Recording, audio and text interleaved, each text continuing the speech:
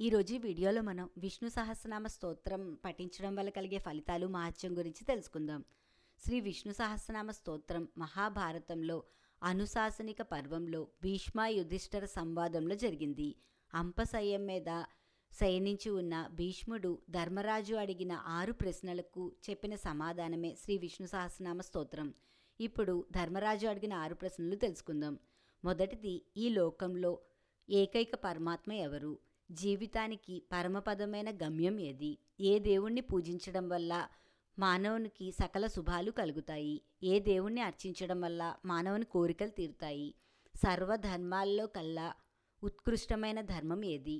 ఎవరిని జపించడం వల్ల జన్మ సంసార బంధం నుండి విముక్తి కలుగుతుంది అని ధర్మరాజు భీష్ముడిని అడగగా, భీష్ముడు అంపశయ్య మీద శ్రీకృష్ణుడి సమక్షంలో శ్రీకృష్ణుణ్ణి 1000 నామాలతో కీర్తిస్తూ సమాధానం చెప్పెను. అందుచేత విష్ణు సహస్రనామానికి అంతటి ప్రాధాన్యత ఏర్పడింది. సాక్షాత్తు శ్రీకృష్ణుడే తాను బోధించిన భగవద్గీత కంటే కూడా విష్ణు సహస్రనామ స్తోత్రం శక్తివంతమైందని తెలియజేసెను.